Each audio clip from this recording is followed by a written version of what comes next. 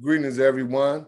My name is Dr. David Walton, Assistant Professor of History and Director of Global Black Studies at Western Carolina University. And I want to welcome you all to the Global Black Studies webinar series 2022 Black History Month installment.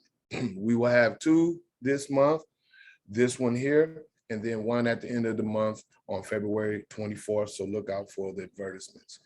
This webinar is Black Masculinity and Black Masculinity Studies. And I think this is an important topic and part of the reason why we were waiting for those who came early for 7 o'clock, that we listened to Curtis Mayfield and his song Superfly from the movie Superfly. And we'll get into more of that possibly later. But it's a very interesting song. It's the title song for the movie Superfly, about an African-American pimp and drug dealer in New York City in the 1970s, early 1970s. And his song is describing accurately the masculinity or notions of masculinity involved in that particular era, that particular composite of a character in the Black community, as well as a critique, right? If we really listen to the lyrics. And I think for many people, they must be very curious about what Black masculinity studies is, what Black male studies is, and et cetera. So I decided to invite a good brother, Dr. Serie McDougal III. I've known the brother for about 10 years now. And he's a young man, but the brother is a senior scholar, very well published. He is very respected in the discipline. He's won many awards and is in the leadership of the National Council for Black Studies, which I'm a member of, and which is the preeminent organization and where you should look for guidance and accreditation for a Black Studies program for Black Studies, if we're being honest. Not in the US, not just in the USA, but perhaps the world. Brother McDougal, Dr. McDougal is a professor of Pan-African Studies at Cal State, Los Angeles. As I said, he's a senior scholar, but he's a young man. And those academics out there know, Brother Walton is an assistant professor.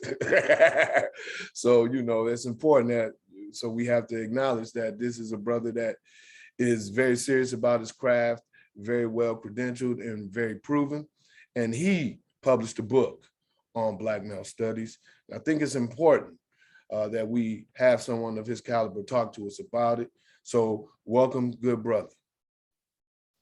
Thank you so much. And thank you for the invitation, Dr. Walton, to you and your students and your listeners, and for putting this series together for Black History Month. And much appreciation for the impact that it will have on your department and your university. Thank you, good brother. Thank you. So I would like to start with, because I know everyone's curious. Well, what are we talking about when we're talking about Black male studies or Black masculinity studies?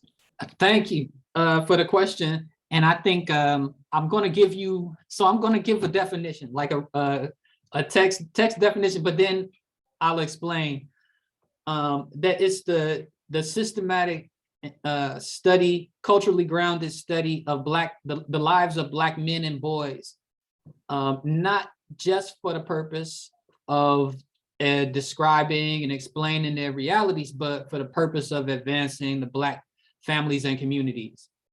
So it is, and when I say that, I mean that we have some theoretical structures been provided by some Black men studies scholars, including Tommy Curry, Lawson Bush.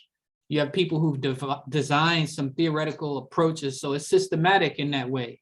You know, there's an organized way for approaching it, and also the full lives of Black men and boys, including in areas such as education, politics, economics, art, sport, etc., their culture, their identity. So a holistic look at Black men and boys, which they don't always get. And when they don't get that, it leads to stereotype and misunderstanding. Indeed, indeed. And I think that was a very clear and definitive answer to the question for those that will have that question moving forward, particularly my students and the listeners. And the reason I say that is, when I mention the topic to some people, they don't know how to take it or how to respond. I've been erroneously accused of being something, I guess it's a new concept or a new thing, incel. And I said, I don't know. So when I looked into that, now it's something to do with basically a misogynistic person that hates women and I guess thus tries to privilege males or whatever the case may be based upon that notion. Someone who has the inability to have proper and healthy interactions with the opposite sex, right? And the reason why they bring it up, and it isn't directed necessarily to me as an individual, as a person, right? But it's just the notion. And as if it's some type of negative response to Black feminism or Black women's studies, right? Oh, okay. Yeah, I've experienced that. And, you know, and that's one of the reasons I felt it was important to have this discussion where people can actually find out what is going on, what the field is, and the goal. And you mentioned something, and I'm going to ask you to expound on coming up with ways, coming up with concepts, coming up with paradigms, coming up with praxis, for lack of a better way to put it, on improving, using this to improving the experience and improving the contributions of Black males to their community and to society. Yes. And did you have a? Yeah, I might have missed the question. My bad. I apologize. I just want you to talk a little bit more about that particular mission. Oh yeah, absolutely. Of the field. No, thank you for that. Thank you for that question. And I think just backing up to something that you said, I think it relates to what you just asked. Yeah. But you mentioned like the problem of like focusing on Black males. Is it a rejection or is it a challenge to someone else or anything like that? But no, I think that what's important with Black women's studies, Black men's studies, all of the different subfields within Black studies, Africana studies, is that the more we understand about the unique aspects or the different dimensions of our community, the better we have a holistic picture. You know, it's enlightening in studying African American history to study it through the lens of Black women. It makes things come to light that would otherwise may not have come to light. It highlights perspectives that we otherwise may not have highlighted. It highlights individuals we otherwise may not have been highlighted. The same thing is true for Black men's studies. Looking at Black people's history, just taking history as an example, history through the lens of Black men, it opens things up. It enlightens us in ways that we otherwise may not have. The reason I mentioned for the purpose of advancing families and communities is because I didn't want to undertake a study of Black men that was only for the purpose of better understanding Black men. You know, in the Black studies tradition, Africana studies tradition, we study not just to be fascinating, to be interesting, but to contribute knowledge we want to be used to improve society. So if we get Black men's experiences with mental health, and we can recognize that Black men don't always exhibit the classic signs of depression that are more common among Black women, and that we demonstrate those things differently. We respond to different approaches, not always different. Sometimes we respond very much to the same ones, but the more difference we know, then the more nuanced and the more holistic approaches to dealing with mental health in the Black community we can take. So that's what I mean by studying Black men for the purpose of advancing families and communities, because Black men's mental health intersects with their at-home and family life, you know, and they contribute to it, and it contributes to their mental health. So that's what I mean by for the purpose of advancement. Indeed, indeed. And I'm glad you mentioned that mental health, for example.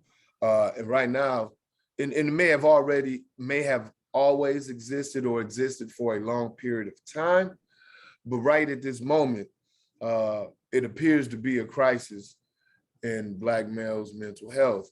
For the last several years, I know I'm a member of a fraternity, and I know we've had a lot of high-profile brothers commit suicide over the last several years, and most recently, for many people, the unfortunate situation with the actress's Regina King's son, and et cetera. You know, we perhaps, and people need to look explicitly at that, perhaps have unique mental health challenges that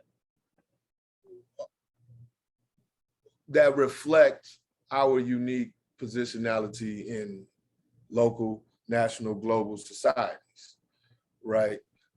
You know, and I would say that is one of the glaring examples of how Black studies contributes uniquely to an approach to male studies, in this particular case, Black male studies, that may be different than a more broader male studies approach, right? It is the desire to, because Black studies mission is to improve, to equip people to improve the Black community.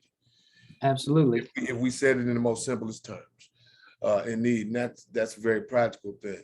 So that leads me then, so tell us a little bit about your book.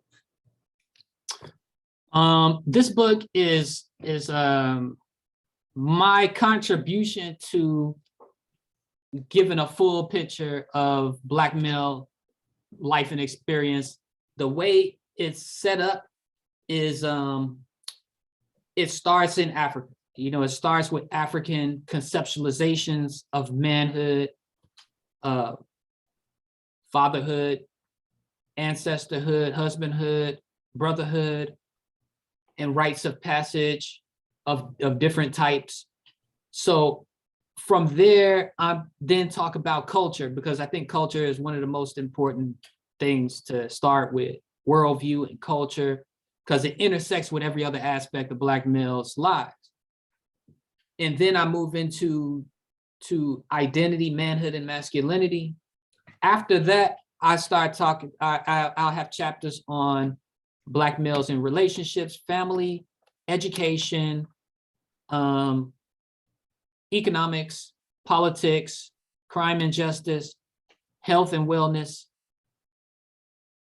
And those are the ones that I cover. Okay, You awesome. know? So yeah, your book reflects that holistic approach. That's awesome. It sounds like it could be the manual, kind of like Milana Karenga's Intro to Black Studies is for general Black studies, but in this case for Black male studies. You know, setting the foundation. If a student had a particular interest, maybe they were a criminal justice major, you know, the general chapters in that specific chapter will be absolutely useful for them to help them develop some theoretical frameworks and understanding, even approaches to research projects as a student. Indeed. Yeah. So I'm going to make sure our library purchases a copy of that book. Indeed. Now, I want to talk with you a bit about this notion of toxic masculinity. How does that impact notions of Black masculinity? And if we're being real, how can Black male studies help contribute to promoting, even if developing further, I should say, a more progressive or appropriate masculinity?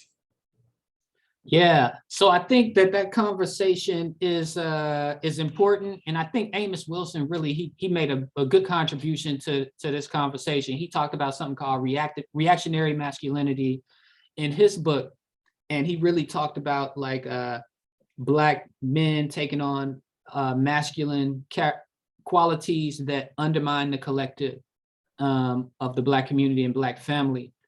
The thing that I appreciate about what Dr. Wilson did that's not really, that's not done as much today is that even though Wilson talked about it so long ago, he was very careful to say that it didn't characterize the majority of Black men. He actually talked about how it was a quality that characterized as a minority of Black men. And even though it's something that all Black men were susceptible to and were influenced by.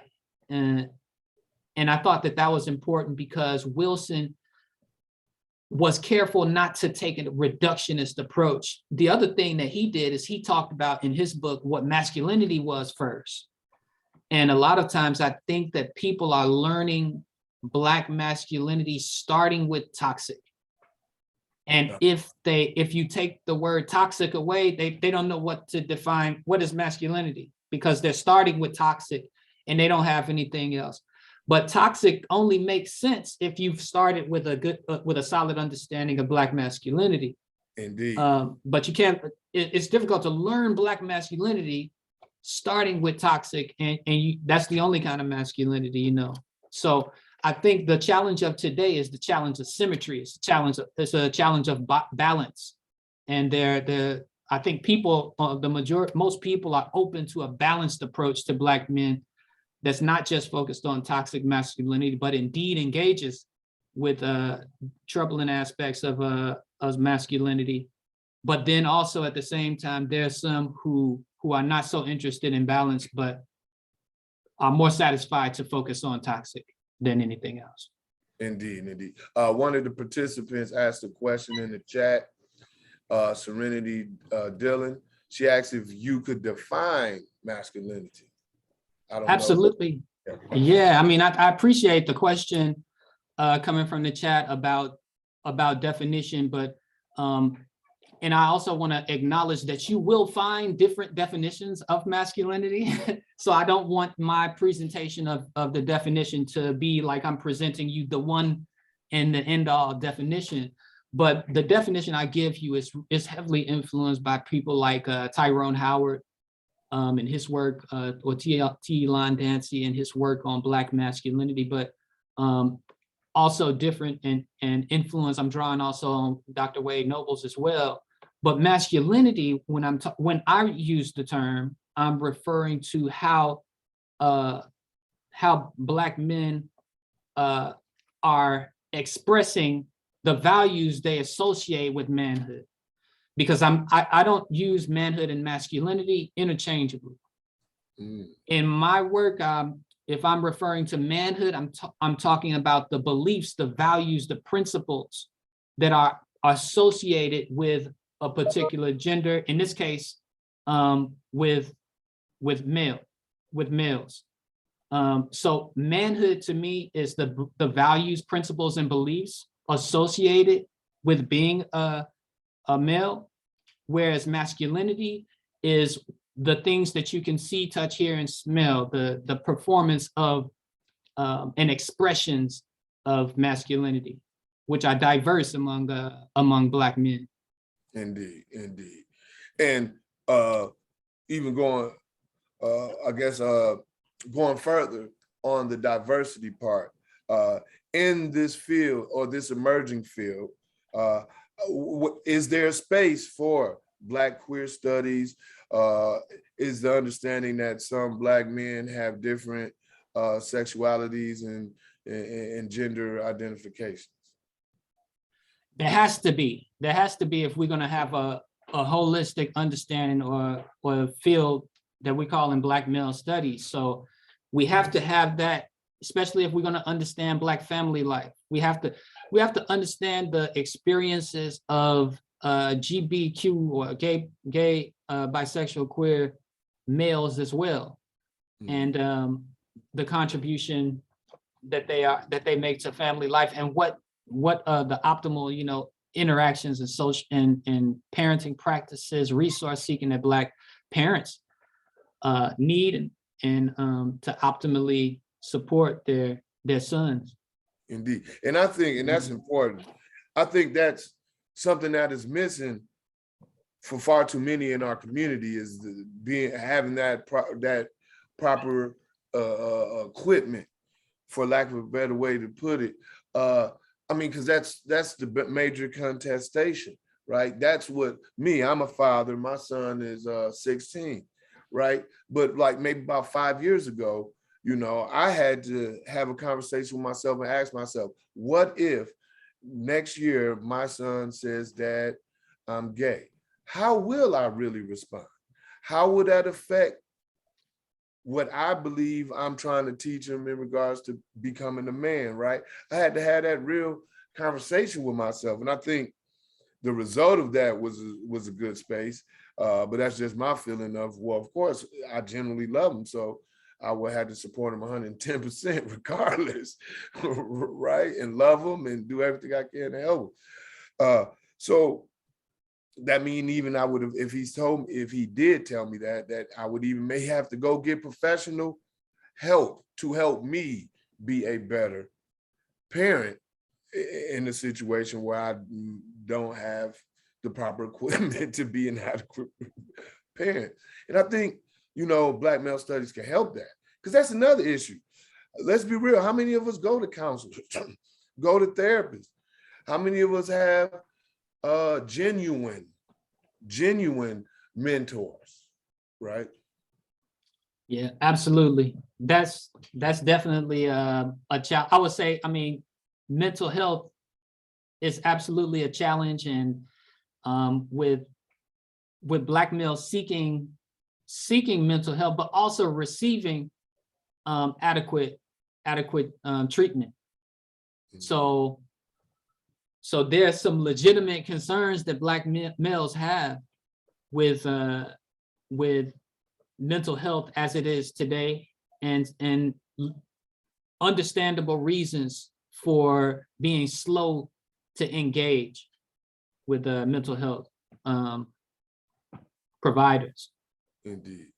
Brother Michael McIntosh at Southwestern North Carolina Community College asks, how does your definition of masculinity relate to religion and beliefs of the Black churches in regards to their stance? Some progressive, some not progressive towards the LGBTQI community in general, but particularly Black men in that spectrum.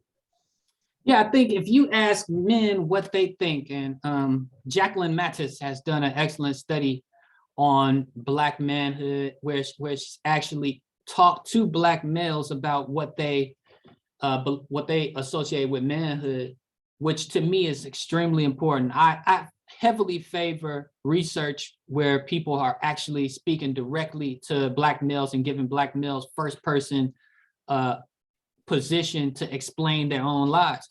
But when that happens, one of the tendencies of one of the things that Black men associate manhood with is spirituality,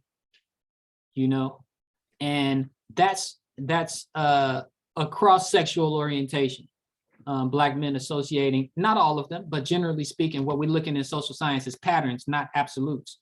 But Black men tend to have a strong tendency compared to their to males of other racial ethnic groups in the American context to associate it with spirituality. So that's important.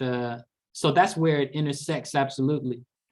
As far as like, and of course, I think you mentioned in the question that depending on, there's different churches or religions have different levels of acceptance of those who are gay, bisexual, or questioning. I'm not sure if they wanted me to talk about that part, but yeah. Oh yeah, indeed. I think it's interesting because also, Black churches has been going through a lot of demographic revelations and shifts, right? And there isn't a strong presence of men in a lot of churches for a myriad of reasons. And then within that, there are representation on the queer spectrum you know, but it's real interesting because, you know, some people align themselves with particular political alliances against equal rights for the queer community or the queer spectrum. But then it's other Black churches that actively engage in social movements to help improve the status of that. So it's not a monolith, right? And Right. I think you hit something that's probably most accurate. Well, not obviously, because I mean you into this stuff, so of course it's accurate. But what I mean is to rephrase it, something that's very interesting, going back to the low participation of Black males in a lot of churches, and your data or the data you cited revealing that the vast majority of us identify more as being spiritual and spirituality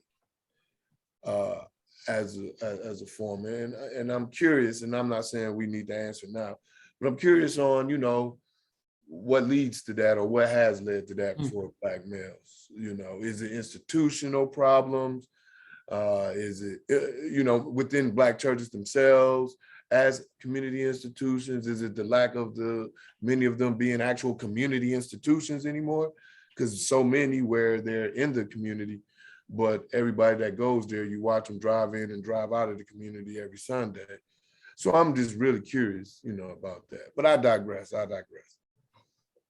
Yeah. No, I mean, I am curious about that. I'm curious about that as well. That's something that I'm interested in. I've heard some different takes, so I'm not sure what exactly is the source of that. You know, and I haven't looked into it in much depth either. But it's definitely, I mean, a phenomenon that the community, the Black community, has taken notice of. Indeed. Oh man, these young folks, they going in on the chat. That's good. Let's hear. Yes, I would love to. This is a lot. Let me pick one. All right, so I'm gonna pick this one. I'm biased for picking this one because this is Sister Asha, and she's the president of the Global Black Studies Club, and she is one of the first 2 Global Black Studies minors here at Western Carolina. And she asks, does the reason why Black men do not go to therapy is in part due to the lack of male therapists and or mentors? Well, definitely, to answer your question, yes. Answer to the question is yes, because I mean, this percentage is very small of Black therapists in general, you know, as low as 2%, I think. And if we're talking about other reasons, I mean, that's one reason. The others is outreach to Black males. Yes. There's limited outreach specifically to Black males. To Black people, yes, okay, but Black males in particular, the outreach is limited. In addition to that, you have racial stereotypes of Black males. In talk therapy, it can become a barrier to Black males. Black males who don't feel heard can prematurely cancel sessions and not come back because they feel that they have been misinterpreted. Those things have an impact on Black males' willingness to emotionally disclose when they feel that when they do so, they'll be misinterpreted. That's a major challenge as well. In addition to that, you have the role of the stereotypes that have been imposed on Black males, the expectations of Black males in terms of what manhood means in the mainstream, also present a barrier, because Black men are less likely to, they're more likely to over-report their health compared to their female counterparts. And they're less likely to disclose their psychological dilemma, you know, when they encounter, just as an expectation that they're supposed to put their health second as men. You know, those things, in addition to accessibility of healthcare, you know, you can't exclude that. all of those things taken together present barriers to men, Black men in particular's access to and engagement with mental health services. Indeed, indeed. I know when I was in the military, the Black sailors that expressed to me that they needed to talk to someone about mental health stuff, they always asked, is there a Black one? They always did. And of course, that would be their first choice.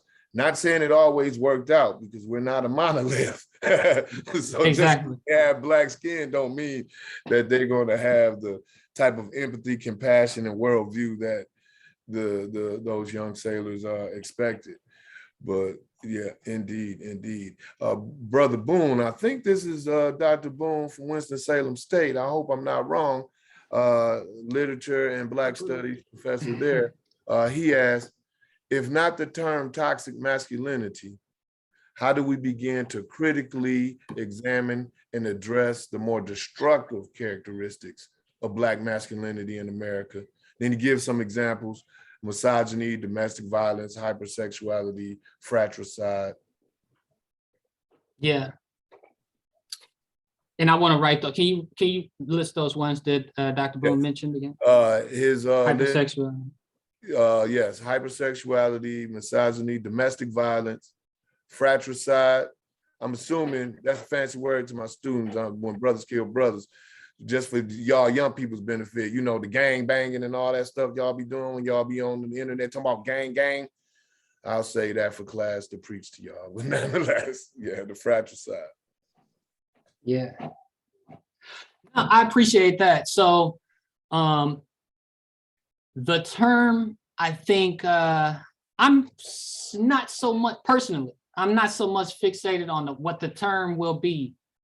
To use toxic or reactionary, either one of those work for me personally.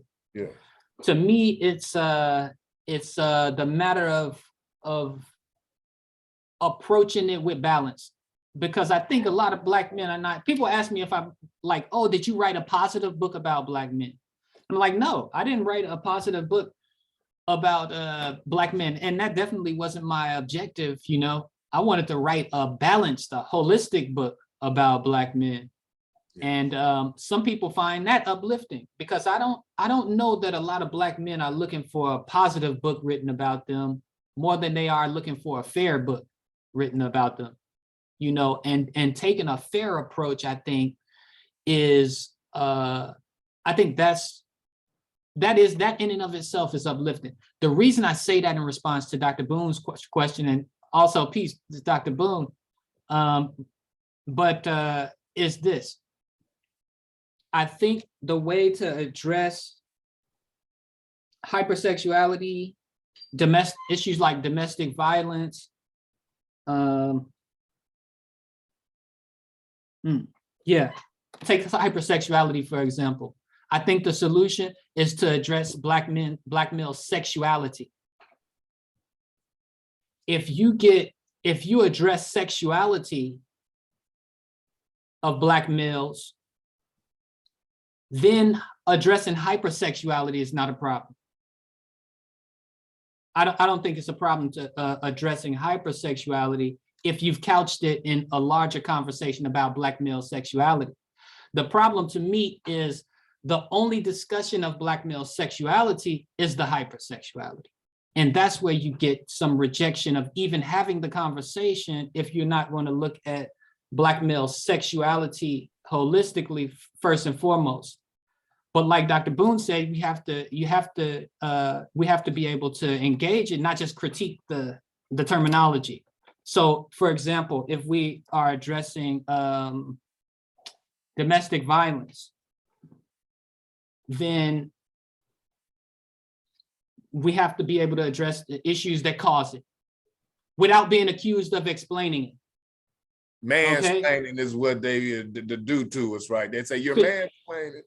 Yeah, which is you can't take an anti-intellectual approach to something and expect to solve it. So if you're looking at Black males who engage in domestic violence, you have to explain why it happens. Who's most likely to do it? Black males who have trouble with conflict resolution. Black males who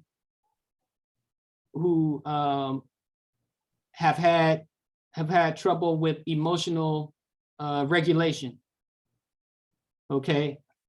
Those who have had poor modeling. You know, if you're able to address the things that cause it, joblessness, all of those factors taken together, now you have the basis for developing some solutions. You know, now you have the basis for developing solutions and addressing Black males who engage in whatever we decide to call it, toxic masculinity or hyper, whatever we decide to call it. Once we've explained it, now we know what to include in those therapy sessions that men who engage in domestic violence are participating in a way that helps them to gain the skills that they were missing, you know, and to address the problems that are causing them to engage in that behavior. So you have to engage it, but you cannot have a precondition of not explaining it, you know, if not, it's not going to work. Yeah. So if you couch domestic violence and not just to address domestic violence, but address Black males in family life, then you set up a situation where you discuss Black males who are nurturing romantic partners, and you also address Black males who engage in the troubling kind of behavior of domestic violence. Because if you don't look at the other side, then you're going to have a poverty of solutions, and you're going to be too heavy on what the problem is, but you haven't discovered the solution because you've taken a problem-centered approach only. So the issue is not with addressing an issue like domestic violence. The problem is with being too fixated on it and not engaging it holistically, you know, where you explain it. I hope that made sense to folks. I kind of took a long time. And it also addressed a couple of other questions at the same time that were also asked. So yeah, no, that was a great response. Mary Jo Cope states that I noticed that the term GLB is used here in terms of gender identity. How do trans masculine, trans feminine, or non-binary fit into your research? Could this possibly be an emerging subset of the field? I think it's there. It's there already. I mean, we see female to male, trans a lot of times will face some of the same challenges that Black males will face in terms of how they're perceived, even though their experiences with the reaction to being aggressive and like overly stereotyped as being aggressive and sexually violent. These are stereotypes associated with Black men in general. Those who are trans, say female to male, they encounter a lot of the same stereotypes that Black males, even though not always as severe as cisgendered males do, I should say, rather. Yeah. So it's just as relevant. It's relevant to trans as well. Awesome. Myron Jackson asks, he says, first, your research has been significantly insightful, and he thanks you. Then he goes on to ask, you mentioned Tom Curry's work. Can you elaborate on the points of emphasis that you draw from his philosophy? I'm trying to contribute, my effort is to contribute something different, actually. So my objective is more to complement. So, So what I would rather do is to take what I've learned through my career as an Africana studies approach and to contribute that to what has already been put out there by by folks like Dr. Curry and, I mean, so many others. Christopher Booker being one of my favorites with his social history of Black manhood and masculinity. So I think complementarity is more my objective. Awesome. And I think that's always good for the field. When we got different angles and different approaches and different analyses contributing to coming up with solutions. Yeah. Indeed. Let's see. Mr. McIntosh asks again, in addressing the issues raised by Dr. Boone, how does the role of females, moms, relate or affect these issues? Or what does the research say? Yeah, thank you for your question as well as Dr. Boone's. But in my work, what I try to do is explore the relationship between Black mothers and sons and their parenting style complementarity and balance, but also addressing some of the troubling, some of the problems as well that sometimes arise with single parents. Like say with a single mom, sometimes you have the experience of adultification of Black males who are pressured to step into almost co-parenting roles or almost husband roles or adult roles in families as well. And in addition to kind of the role that moms play in nurturing and seeking opportunities for Black males. So you see, again, my objective is balance, not to avoid an issue, but to do it in a holistic way. So I'm talking about Black moms in not just one or two ways, or not just looking at adultification, because that would be me taking that problem-centered approach without putting it into larger context. So I hope that theme that I'm taking is in the approach I'm taking is apparent. Awesome. I hope the students hear that, because he's talking about his methodology, and that impacts the type of data he collects, the type of questions he asks, and who he chooses for his subjects. So just take note of that, students. All right, Amy McKenzie, first, she thanks you for expanding her thinking and reminding her of the importance of framing questions correctly, in this case, holistically. She asks, what was your academic path in life and life experience that led you to study and develop and help contribute to this emerging field? Yeah, I never intended to do any book on Black males. That was not my, I've writing about research and methods and stuff like that. Those are the kind of things I was interested in, methodology and Africana studies and Pan-African studies. Those are the things that I was passionate about. Learning styles, those, I was very much interested in Black learning styles, Black male learning styles in education. What took me to that was reading a lot of the scholarship about Black males. I found that a lot of what was written about Black males regarding gender was very inadequate and heavily stereotypical, and I felt that, and I guess it sounds like this has been my theme the whole night, but I felt that there needed to be more context, too much isolation in the study of Black males, and I think that's something that some people are emerging who are like, we can't allow this to continue to happen. Like people like Fred Bonner. Like Fred Bonner is someone who looks at high achieving Black males. Why? Because he noticed that so much of what's written about Black males in education is about Black male dropout rates.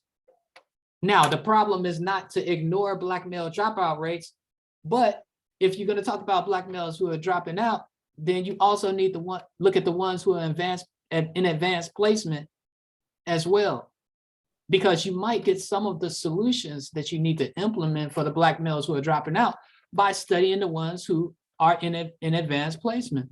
So the balanced approach is one that's geared toward developing solutions. But if all you focus on is the problem area, then are you truly interested in developing solutions?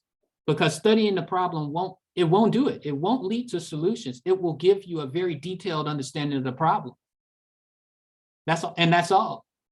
Indeed, man. That may be so simple, but that's so powerful and so profound, right? I mean, right now, after you said, and after or if we would have came across his research on our own, and so after we read it, we'd have been like, man, duh, that's a no-brainer. We should be. Yes, look at find models that are succeeding in achieving what we're looking at people who aren't achieving these things. It's real simple, but you know, sometimes academics, we be too smart for our own good. Right? And have generations. Yeah. Oh, no, go ahead. I'm so sorry. Yeah, go ahead. I was going to say, and have generations of students, and all we direct them to do is study the deficit and not look at those who are good students, to look at pedagogy. But the mind, I think the mind becomes peaked for, like, open to discussing the problem area if you've given a fair treatment to the broad category. You know, if you situate Black males in family life, look at the role that they play in terms of parent engagement, involvement, and the impact that they have on Black children's mental health, of Black father involvement, the way that it increases Black student mental health, behavior, and academic achievement. Then people will be more open to the discussion about lack of involvement. Indeed. You know, you can discuss lack of involvement with some insight if you couch it in a holistic lens. But if someone sees, if Black males are looking at the internet or whatever they're reading, and they see that, oh, someone's doing another thing where they've zeroed in on Black father absence, you know, it's like, oh, that's all people are interested in. The appetite is whet for those sort of things. And there's a discomfort among those folks with putting it in a holistic concept. But the holistic approach is the only way you get to solutions. The other approach is only about delving into like basking in the problem and humiliating, as opposed to actually trying to resolve, you know? Yeah. Indeed. Yeah. In fact, I'm a member of a Facebook. We might be $100,000 strong, 100 members strong, a Facebook group called Black Fathers. It's growing and growing. It's been on a couple of news outlets actually did reports on it real recently. And I've been a member for a while. I didn't realize how impactful it was. And it's just all we talk about is Black fathers issues and brothers asking for advice. You know, and one of the things comes up often is that notion of, you know, no one talks about brothers like us in the group who are present, who are trying to be present in their children's lives, you know. So yeah, that just speaks to something that you said, and the thirst is out there in the solutions. Yeah. That holistic approach, that's where we had to find it. That's definitely true. Now I want to shift gears a little bit and talk about the impact of popular culture. Is it inflated or is it understated in regards to negative impacts on Black manhood, Black masculinity? We could say rap music, we could say video games, we could say TV shows.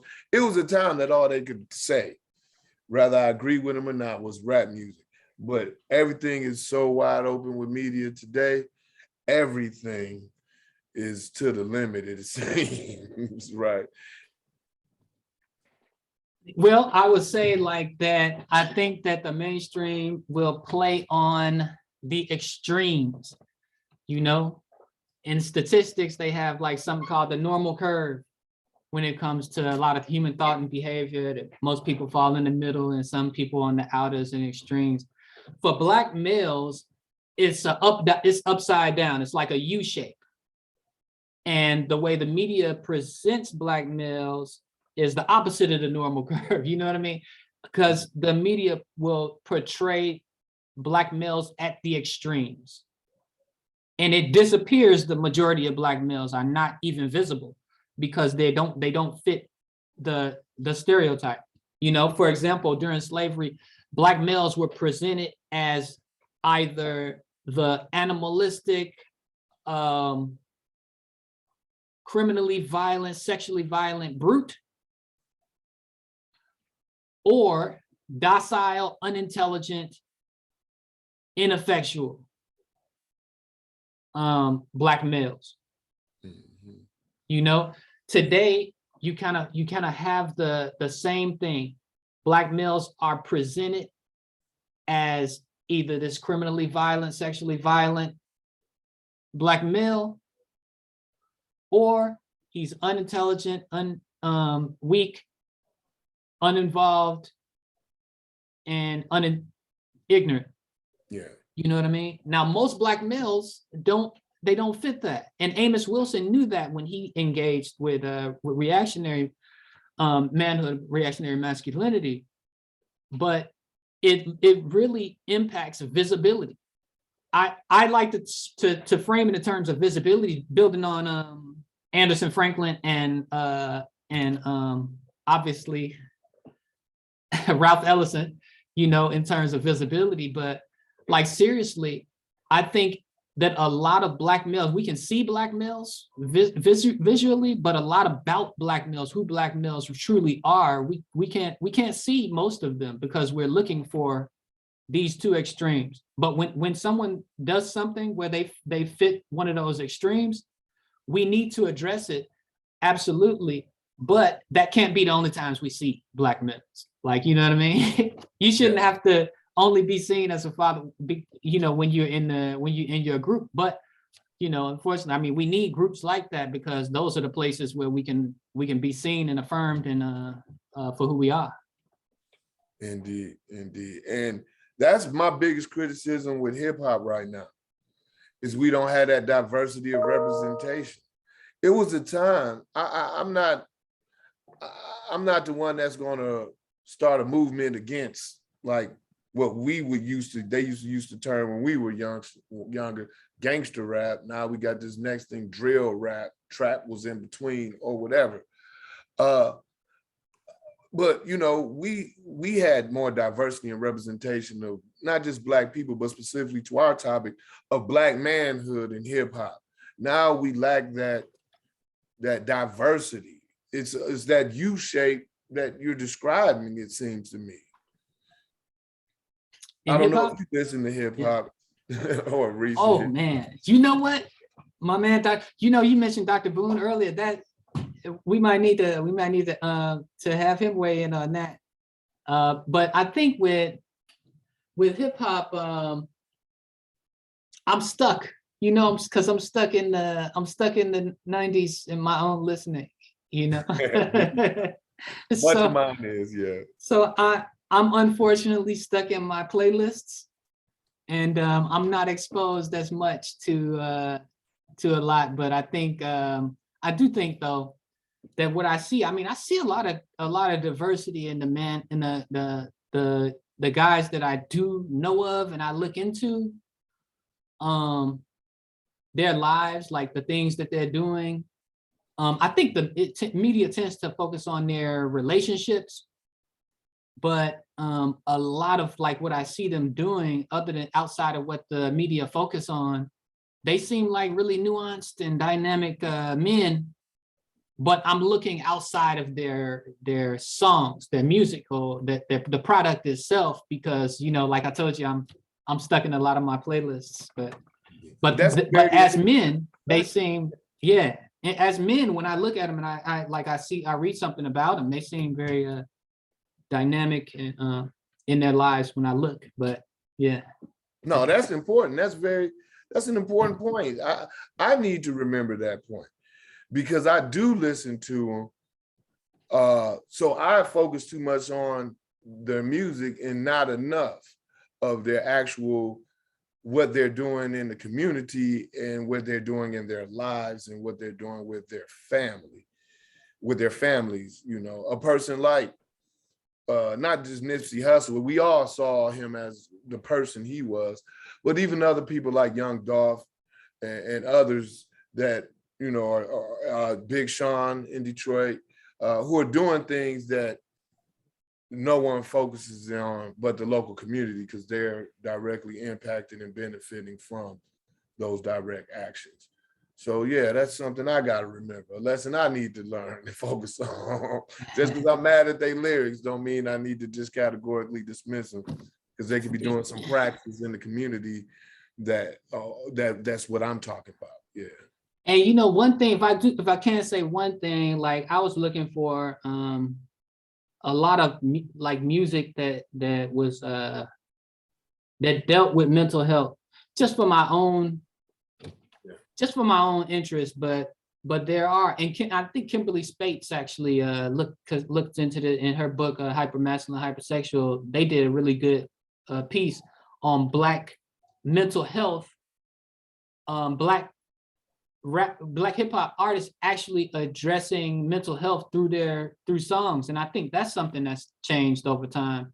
I agree. As well. It was only a time, it was very narrow, and that was one of the great groundbreaking and pioneering things that Scarface, Mr. Brad Jordan, did, the Ghetto Boys.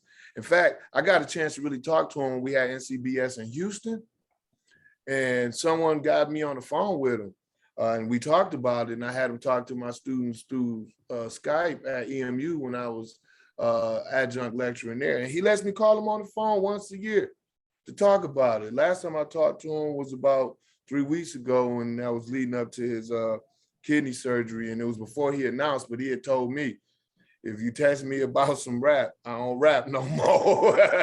But yeah, but the young kids though, that on the surface we would dismiss because we don't understand what they were doing or what they are doing, but a lot of them, you know, the Juice WRLDs, the XXX, a lot of those guys, you know, the SoundCloud rappers, to be honest with you, the emo rappers, the type of people like Lil Uzi Vert, my son's favorite rapper, apparently, he told me.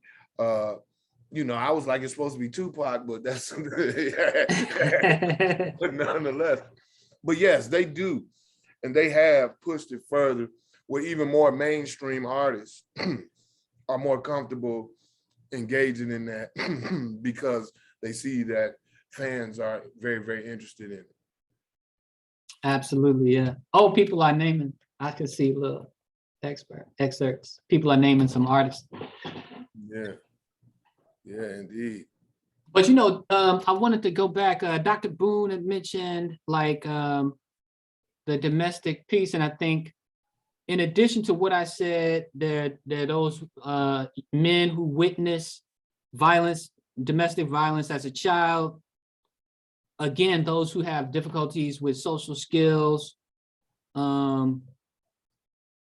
It tends to be exacerbated by alcohol and drug abuse, and then dependency on a partner. You know, and when men are overly dependent on a partner and fear losing that relationship, these are all factors that contribute to domestic abuse, in addition to the emotional and conflict resolution skills that I talked about earlier. It just so happens that that's also one of the top causes of suicidal ideation among Black males, when the loss of a relationship, that's up at the top of the list. In addition to things like Black misandry, like the gendered racism that Black males face as well. And then just because a lot of Black males are kind of like when suicide occurs, a lot of times it's because of a unhealthy suppression of emotion occurred, negative emotions and attitudes. But yeah, I wanted to, some reason that question keeps pulling me back. So indeed. I guess I wanted to finish that answering that piece. Oh, well, thank you. And that actually even gives more answering for a follow-up question that Asha had a while ago. She has a question, but before I get to her question, I want to briefly discuss something you did mention, misandry. And people act like it doesn't exist, particularly what some might call misandry noir, like we got misogyny noir or whatever, right? And I use the example when I talk to students about it, about how I could go on Twitter or Facebook at any moment in time and see a post that says black men are trash, or black men ain't shit, throw them all in the trash or whatever. And it'll go viral, you know, you know, and things like that. So how does your work or does other work even have they begun to even address misandry in the Black community? Yeah, you know, I think that a lot of people, I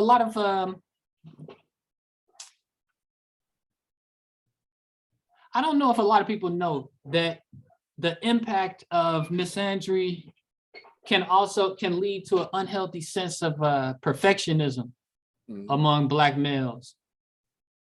When there's kind of like this wave of like, you know, Black men ain't this and they ain't that, and that builds up. And some males, I want to emphasize that, will internalize that, and it becomes a basis for unhealthy processing of failure. So when a black male experiences failure and processes it in an unhealthy way, they say, dang, if I mess this up, then here I am. Just like they say, I ain't this, I ain't that. But perfectionism, and I'm not talking about the kind of perfectionism that like pushes you to be excellent and to do well. I'm talking about an unhealthy perfectionism where you place your goals, your desired self is beyond your reach. So you have to be so perfect, or else you fall into what everybody says about Black males. Oh, we ain't, you know what I mean? Yes, sir. I don't know, you know, this broadcast is PG-13, so I'm trying not to say it. But, you already said it? Okay, cool. Yeah, well, I didn't know, but yeah, so if people are saying it, then Black males can be overly concerned about confirming it, which can lead to unhealthy a sense of perfectionism among Black males, and that in itself can lead to depression. But what prevents that is a healthy sense of Black manhood. Racial and race-gender identity among Black males prevents them from processing those negative emotions in an unhealthy way. You know, so there's a solution to that as well. Indeed. Now, two young ladies have a question. So they got two separate questions, but they're along the same line, so I'm going to combine them. So it's Asha and Mackenzie White.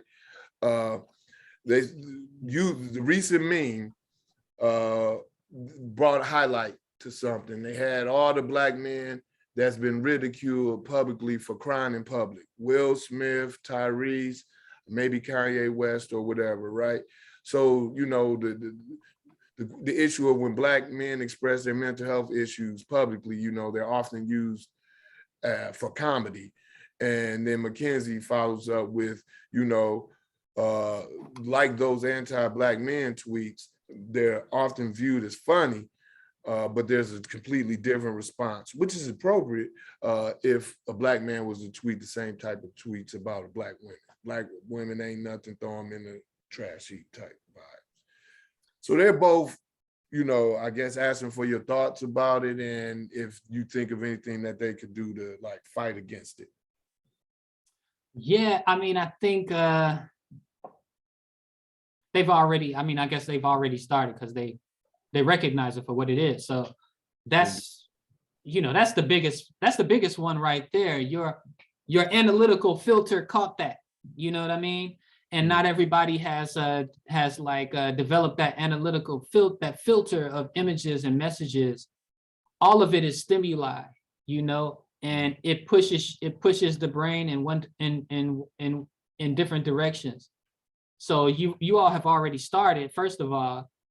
But speaking to the issue that was raised, when people raise the question of why Black men won't be emotionally vulnerable, well, then why would they?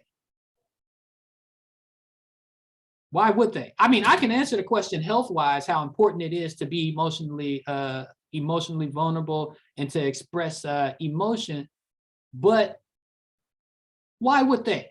Why would they trust some like setting a setting of folks to be emotionally vulnerable when they know how that emotional vulnerability will be turned around and used against them?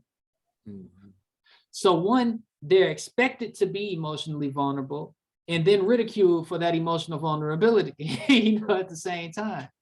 So, I mean, one of the biggest things is just helping Black males not only to be comfortable with being Black and male at the same time, but also in helping them to develop a filter where they recognize what they can expect from the world around them, the kind of messages that they can expect, and how to process that, what to reject and what to keep, and as well as spaces where they seriously can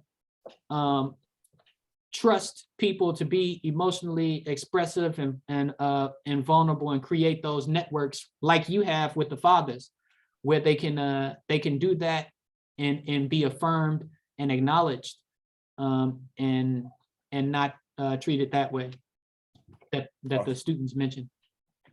Awesome. Now, I guess to switch it up a little bit, I don't know if you're aware of this, but this new trend with with Kevin Samuels and the people who are against Kevin Samuels, and this notion of high value men, and I guess the way that he presents masculinity or Black masculinity or high value man Black masculinity or whatever. And there's a lot of uproar and hoopla about it right now in the community, or at least in the social media Black community it is, if nothing else. And I didn't know if you were familiar with it or if you had any thoughts about just the whole thing. You cannot have heard the name Kevin Samuels. You cannot, there's no way to not hear the name Kevin Samuels as Black. And I want to apologize to the participants, to the listeners, because of my answer. I promise you, I'm not avoiding the question. Yeah. I have never listened to Kevin Samuels. Yeah. I don't know. I've heard sound bites, like someone would say, Kevin Samuels said, and so, and it'll be something. So like, I honestly, I promise you, I'm not avoiding the question. I've never listened to, and my wife knows this truth. I've never listened to Kevin Samuels, and one day I'll sit down and listen and develop like an assessment. But I promise you, I just haven't. Indeed. I apologize. No, that's fine. Hey, well, I'm glad. Well, let me put it there. I wasn't gonna say I'm glad. I would say, well, at least I know I wasn't wrong when I said that. It's everybody's aware of it, but I'm not shocked that you haven't checked it out. I came to start checking it out later after the sensation, because a lot of my single brothers, guy friends, cousins or frat brothers that are in my age group, they would mention it to me. So I would check it out like, all right, I'm a single guy and I got even more afraid to date again after my divorce. And I'm like, boy, it's crucial out there in these streets, man. It's too deep. I don't know what to do. All this Kevin Samuels, the anti-Kevin, indeed. So it's fine. I was just curious. Curious. No, I should be aware, and I want to say that I wish I was, and in preparation that I knew. So I am going to listen to it and develop a perspective. Indeed, because there's a lot of takes, and I got my own unique take, and I feel that the irony of it all is that the people who listen, the people who watch, the people who love him, and the people who are upset with him, he's not talking about any of them. I think that's the irony of it all. And he's talking about, and he talks about numbers and stuff, and then we can move on. But his definition of a high value man, his criteria is so few black men that fit that criteria. Oh, that's interesting. Yeah. There's few black men that fit the criteria.